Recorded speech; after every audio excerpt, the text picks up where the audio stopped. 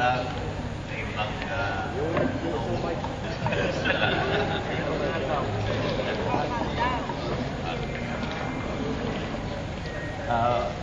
unang-una pagbati sa buong CNA. Ginawa yun. Binabanggit ang CNA. And then, ulitin ko nga yung pagpahayag ni BC Etoy Castro, isang administrasyon ng UP Diliman na hinihiling ninyo dito sa pagtaas ng sweldo sa limutan nyo. Tuloy, anong hinihiling natin? 16,000 at sa regularisasyon ng contractual. Ako naman kasi may hihingi sa inyo na medyo related dito sa hinihingi natin sa yun. Unang-una, yung sa regularisasyon ng contractuals, ayoko namang mag-promise dito, pero siyempre nag-aanap ang administrasyon, nag-aanap ng lahat ng vacant items.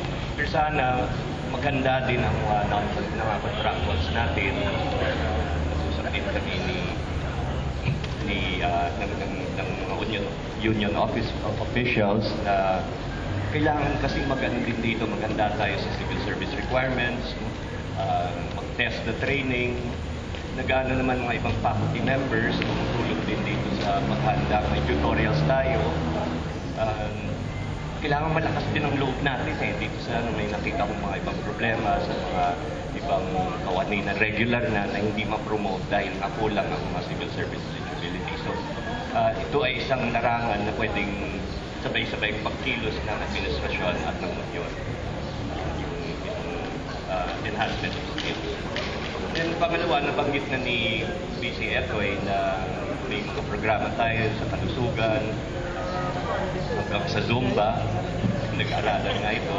Balita mo, inumpisa ito sa Yogi Pilates, kung nahirapan ng mga tao.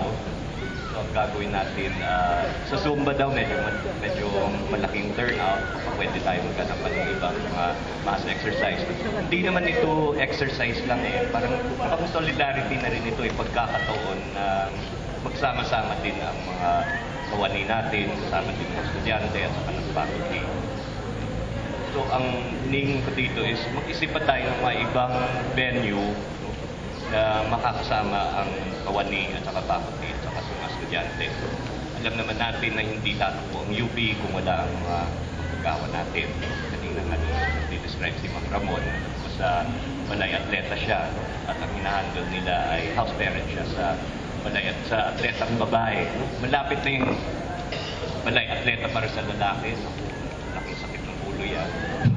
Baka kailangan dito isang batalyon ng house parents para control sa basketball player.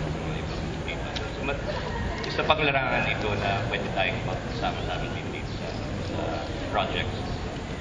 And then, yung pangatlo, may nag-agree na kami sa union bawat may regular na buwan ng dialogue, monthly dialogues tayo ngayon sa union.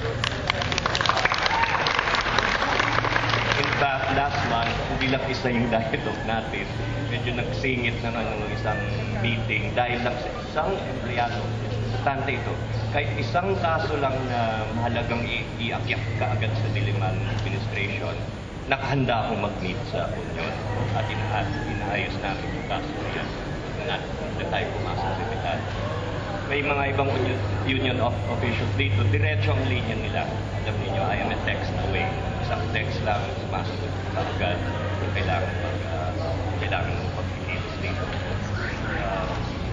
Itong question fully dito, so, dapat dumating sa amin yung kung anong mga problema ninyo. The union officials at yung mga direct lines natin. Mag-respond ka agad.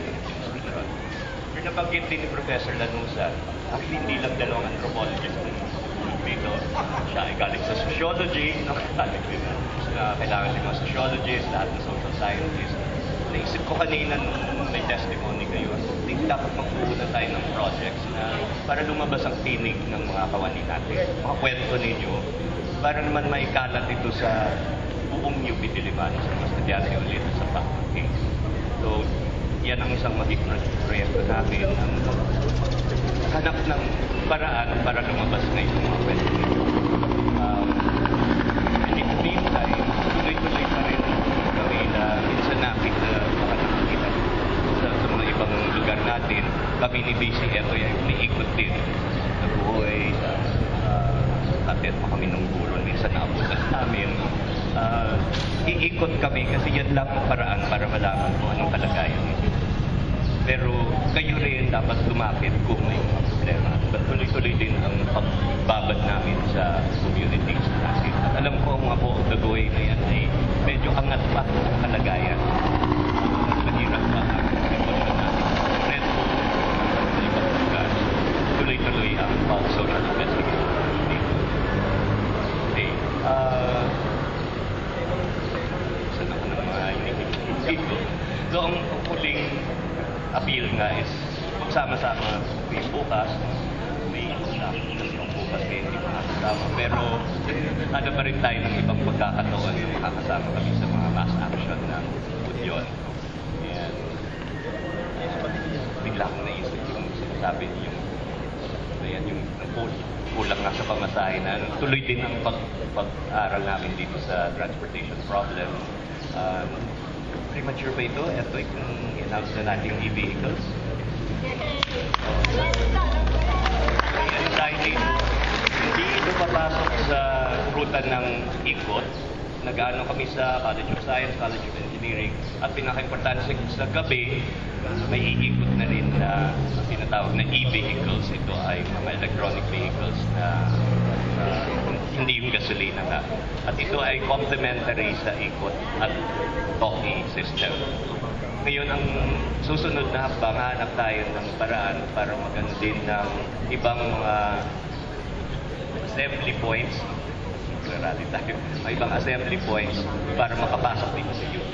Let's say sa Fairview, suggestion mo, liwasang balitasyon. Makaibang assembly point ng liwasang balitasyon. Pero pinag-aaralan din ito sa Katipunan. We will look into all these possibilities. So, salamat ulit sa invitation dito sa Solidarity Breakfast. Balita ko itong kauna-unang Solidarity Breakfast at hindi dapat itong huling Solidarity Breakfast. Maraming salamat po, Chancellor Tan.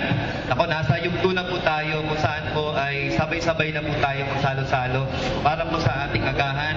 Maaari po bang magtipon-tipon tayo dito po sa gitna? Kung tayo po ay magkakaroon ng boodle fight na tinatawag. Pero bago po yan, ay tumayo po tayo at tumungo dito sa harapan. Pagkatapos po nito, mga kasama, meron pa pong magsasalita at ito pong ating